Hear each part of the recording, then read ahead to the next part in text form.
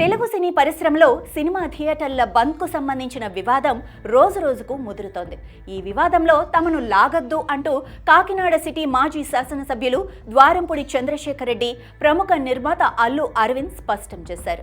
Deputy CM Pawan Kalyan నటించిన హరిహర వీరమల్లు చిత్రం విడుదల కాకుండా కుట్ర పన్నారన్న ఆరోపణలను ద్వారంపూడి ఖండించగా, థియేటర్ల బంద్పై అల్లు అరవింద్ కీలక వ్యాఖ్యలు చేశారు.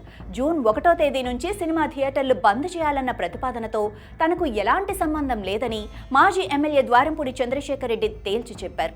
హరిహర వీరమల్లు చిత్రం విడుదల కాకుండా తాను, మరికొందరు సినీ నిర్మాతలు కుట్ర పన్నారంటూ జరుగుతున్న ప్రచారం పూర్తిగా అవాస్తవమని కొట్టిపారేశారు.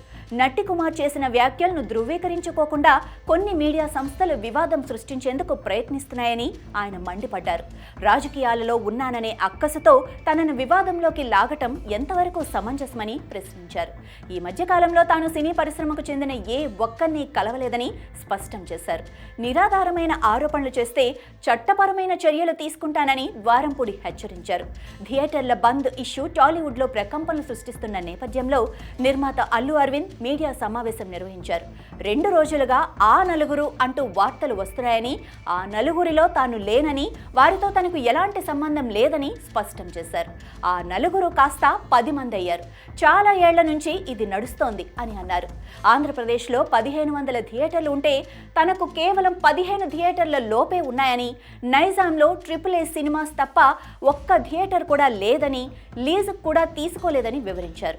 60 ఏళ్లుగా సినిమాలు తీయటమే తన వృత్తి అని, దానినే నమ్ముకున్నానని తెలిపారు.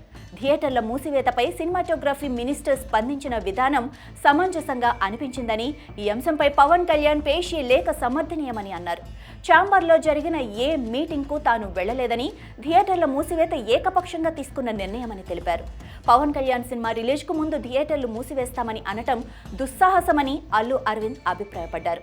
ఫిల్మ్ ఇండస్ట్రీ నుంచి ఏపీ ప్రభుత్వాన్ని ఎవ్వరూ కలవలేదని, గత సీఎంను సినీ పెద్దలు వెళ్లి ఎందుకు కలిశారని ప్రశ్నించారు. ఇండస్ట్రీ నుంచి వెళ్లి పవన్ డిప్యూటీ సీఎం అయ్యారని, ఇండస్ట్రీ అభివృద్ధి కోసం ఆయన కృషి చేస్తున్నారని అల్లు అరవింద్ పేర్కొన్నారు.